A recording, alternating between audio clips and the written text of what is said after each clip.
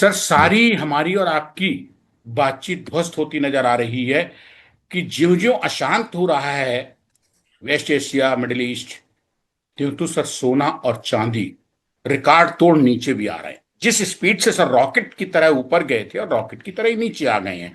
Sir, ये science पलट कैसे गई? सोने को शांति क्यों पसंद आ गई है? नहीं, सोने को शांति नहीं पसंद आई है।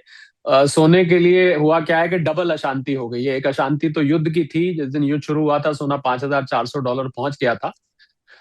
परंतु क्रूड ऑयल की वजह से, क्रूड ऑयल में बहुत शॉर्ट टर्म रिएक्शन है ये सोने का, क्रूड ऑयल की दाम बढ़ने से, क्योंकि खाड़ी में ये युद्ध हुआ और खाड़ी क्षेत्र क्रूड ऑयल का बहुत बड़ा उत्पादक है, बहुत बड़ा सप्लायर है।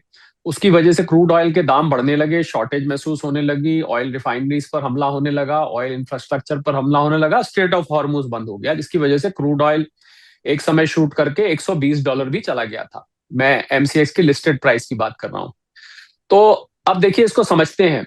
अगर मुझे एक बैरल खरीदने के लिए $70 युद्ध से पहले देने पड़ रहे थे, 65-70 डॉलर के बीच में, अब मुझे उसके $120 देने पड़ते हैं। हालांकि इस समय जब हम बात कर रहे हैं तो 103 $3 $4 के आसपास है, कुछ कम हुआ है, उस पर आते हैं अभी।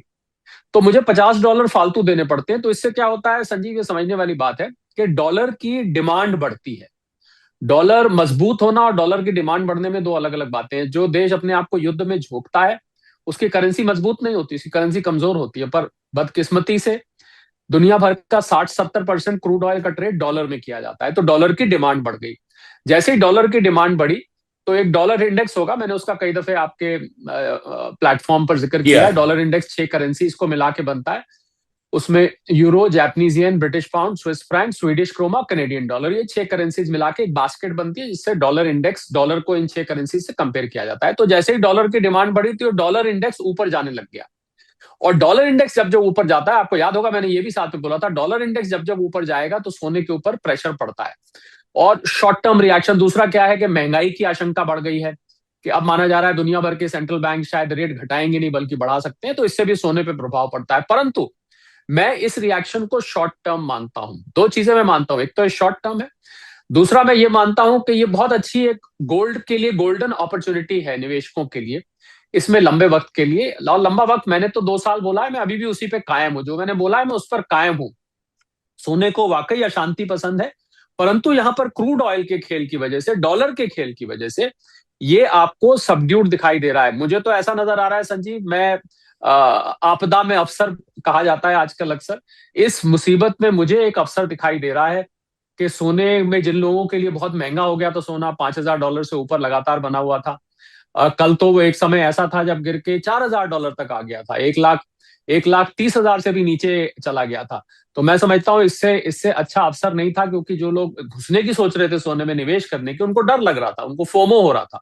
तो अब मौका अच्छा, आप इसको लेके रखिए। मुझे अभी भी पूरी तरह, क्योंकि मैं लंबे वक्त का एनालिसिस करता हूं, आपको याद होगा मैंने कहा मैं ट्रेडर्स के साथ नहीं देता हूं, जो लोग अभी खरीद के 1 महीने बाद बेच, 2 महीने बाद, उनके साथ मैं नहीं देता, ना मैं उनको कोई सलाह मशवरा करता, ना उनके लिए मैं एनालिसिस करता।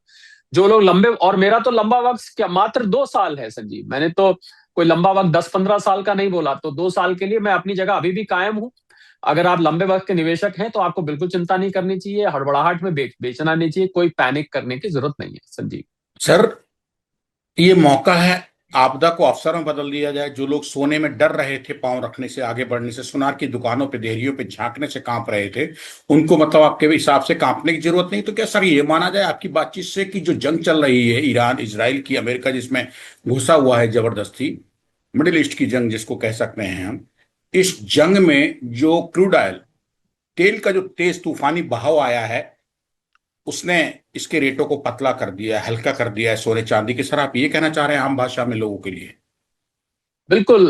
क्रूड, केवल और केवल क्रूड ऑयल की वजह से डॉलर की डिमांड बढ़ी है, डॉलर की डिमांड से डॉलर इंडेक्स बढ़ी है। और मजे की बात यह है इसमें संजीव, समझने वाली, आपकी बात का तो मैंने जवाब दे दिया, पर मैं थोड़ा सा इसको और आगे ले जाके समझा देता हूं कि, दोहरा रहा हूं मैं अपनी बात को, जो देश अपने आप को लड़ाई में झोंकता है उसकी करेंसी कमजोर होती है, क्योंकि उसकी अर्थव्यवस्था कमजोर होती है। लड़ाई आपकी अर्थव्यवस्था को मजबूत नहीं बनाती है। आपका पैसे, $1 बिलियन रोज अमेरिका खर्च कर रहा है, शायद इससे भी ज्यादा। उसकी पहले ही हालत, $200 बिलियन का ट्रंप साहब ने अमेरिकन सेनेट से फंड मांगा है कि फंड दीजिए, हमें युद्ध में लड़ना है। जबकि और 60% जनता अमेरिका की, कल सर्वे हुआ था एक परसों, उसमें 60% जनता अमेरिका की ट्रम्प साहब के साथ इस युद्ध में नहीं खड़ी है। वो कह रहे हैं ये युद्ध की जरूरत नहीं थी, ये बिल्कुल हम इसके साथ नहीं खड़े हैं। तो अमेरिकी अर्थव्यवस्था ओवरऑल, अमेरिका में गैस के दाम बढ़ गए थे। तो जितने भी आर्थिक पैमाने हैं, पहले ही हम $39 ट्रिलियन अमेरिका के वो उधार की बात चुके हैं। तो जो देश अपने आप को युद्ध में झोंकता है, उस देश की करेंसी कमजोर पड़ती है, मजबूत नहीं होती है। परंतु परंतु बहुत जरूरी है, क्योंकि डॉलर की डिमांड बढ़ रही है। आपको मैंने बताया ना, $70 की जगह $120 चाहिए थे एक समय पे, अभी भी $103 चाहिए क्रूड खरीदने के लिए। तो जब डिमांड किसी चीज की बढ़ती है तो उसकी कीमत बढ़ जाती है, उसकी इंट्रिंसिक वैल्यू नहीं बढ़ रही है। जैसे ही ये युद्ध शांत होगा, मैं आप एक जरूरी बात बोलने जा रहा हूं, जैसे ही ये युद्ध शांत होगा, आपको अमेरिका यहां से आर्थिक तौर पर और कमजोर नजर आएगा। जैसे ही अमेरिका और कमजोर नजर आएगा, उसकी जो डॉलर की ताकत की असलियत है वो सामने आएगी, और फिर आपको सोना यहां से ऊपर, बल्कि मुझे तो उम्मीद है आपको अप्रैल के महीने तक ही मुझे लगता है कि ये वापस $5,000 छू जाएगा, और फिर उसके बाद ऊपर ही जाएगा, ऐसा मुझे नजर आ रहा है। सोने का अंडरटोन बुलिश है। किसी भी सेंट्रल बैंक ने, संजीव, सोना नहीं बेचा है। जो बड़े लोगों ने, जिन्होंने लिया था, जिन्होंने बड़ी मात्रा में सोना लिया था, किसी ने अभी तक सोना नहीं बेचा है। ये खाली जो सटोरिये होते हैं कमोडिटी मार्केट में, उन लोगों का किया हुआ खेल है। जो शेयर मार्केट है सर, उसमें बड़ा उछाल आ गया है। जैसे ही इन्होंने कहा कि 5 दिन के लिए हम सीज फायर कर रहे हैं अमेरिका ने, वैसे ही सर शेयर बाजार जो है बहुत एकदम रॉकेट हो गया है ऊपर के लिए। नहीं नहीं, बहुत ज्यादा रॉकेट नहीं। इस समय मैं शेयर बाजार मेरे सामने खुला हुआ है संजीव, और इस समय मात्र 200 200 250 पॉइंट के करीब निफ्टी ऊपर है। जिस रफ्तार से गिरा था उसके तो आसपास भी कहीं नहीं है। ट्रम्प साहब के बयान के आधार पर आ रहा है। कल मैंने करीब 16 मीडिया इंटरेक्शंस किए इसी बात के ऊपर कि ट्रम्प साहब ने जो कल बोला है, क्योंकि ईरान ने उसको कंफर्म नहीं किया है। और मैं, बड़ा इंटरेस्टिंग है, वॉशिंगटन पोस्ट आती है अमेरिका की अखबार, आप तो स्वयं जर्नलिस्ट हैं, बड़ा मशहूर अखबार है वॉशिंगटन पोस्ट। उसमें एक बड़ा इंटरेस्टिंग आर्टिकल आया जो मेरे हाथ लगा। मैं नहीं कह रहा है, वॉशिंगटन पोस्ट कह रहा है कि ट्रम्प साहब ने अपने पहले टर्म में, जब वो पहली दफे आए थे 2016 से लेके 2020 तक, उन्होंने 30,573 झूठ बोले। 30,573 झूठ बोले। और आपको कुछ और इंटरेस्टिंग आंकड़ा दो, पहला साल जो उनका था उस समय, उसमें उन्होंने रोज के 6 झूठ बोले। दूसरे साल में रोज के 16 झूठ बोले। तीसरे साल में ये गिनती बढ़ के 22 झूठ पर डे हो गई। और चौथे साल में ये गिनती बढ़ के 39 झूठ पर डे हो गई। I am sure Washington post उनके इस टर्म के, जो अभी उनका टर्म चल रहा है 4 साल का, वो भी झूठों की गणना कर रहा है। ईरान ने बिल्कुल भी, ईरान के किसी भी अथॉरिटी ने ट्रम्प साहब के क्लेम को, हम अंग्रेजी में शब्द इस्तेमाल करते हैं रेटिफाई, उसको रेटिफाई नहीं किया है। जब तक ईरान इस पर कंफर्मेशन नहीं देगा, उसी टोन में, जिस टोन में, जब दो लोगों के बीच में बात होती है तो एक ही टोन में होती है, उसी टोन में जब तक ईरान रेटिफाई नहीं करेगा, व्यक्तिगत तौर पे मैं आपको पहले भी कह चुका हूं, मैं दोहराता हूं, मुझे ट्रम्प साहब पे बिल्कुल भी यकीन नहीं है। वो कुछ भी कहते रहे, मुझे किसी बात पे यकीन नहीं है। और इसीलिए शायद मार्केट चाह रही थी शेयर मार्केट ज्यादा ऊपर उठना, 500 600 पॉइंट ऐसे लग रहा था। पर मुझे लग रहा है मार्केट को भी समझ में आ रहा है कि ट्रम्प आखिर हैं तो ट्रम्प साहब। एक पुरानी पिक्चर आई थी, संजीव आप पता नहीं कितने शौकीन है, झूठा कहीं का, मुझे याद है एक पुरानी मूवी आई थी।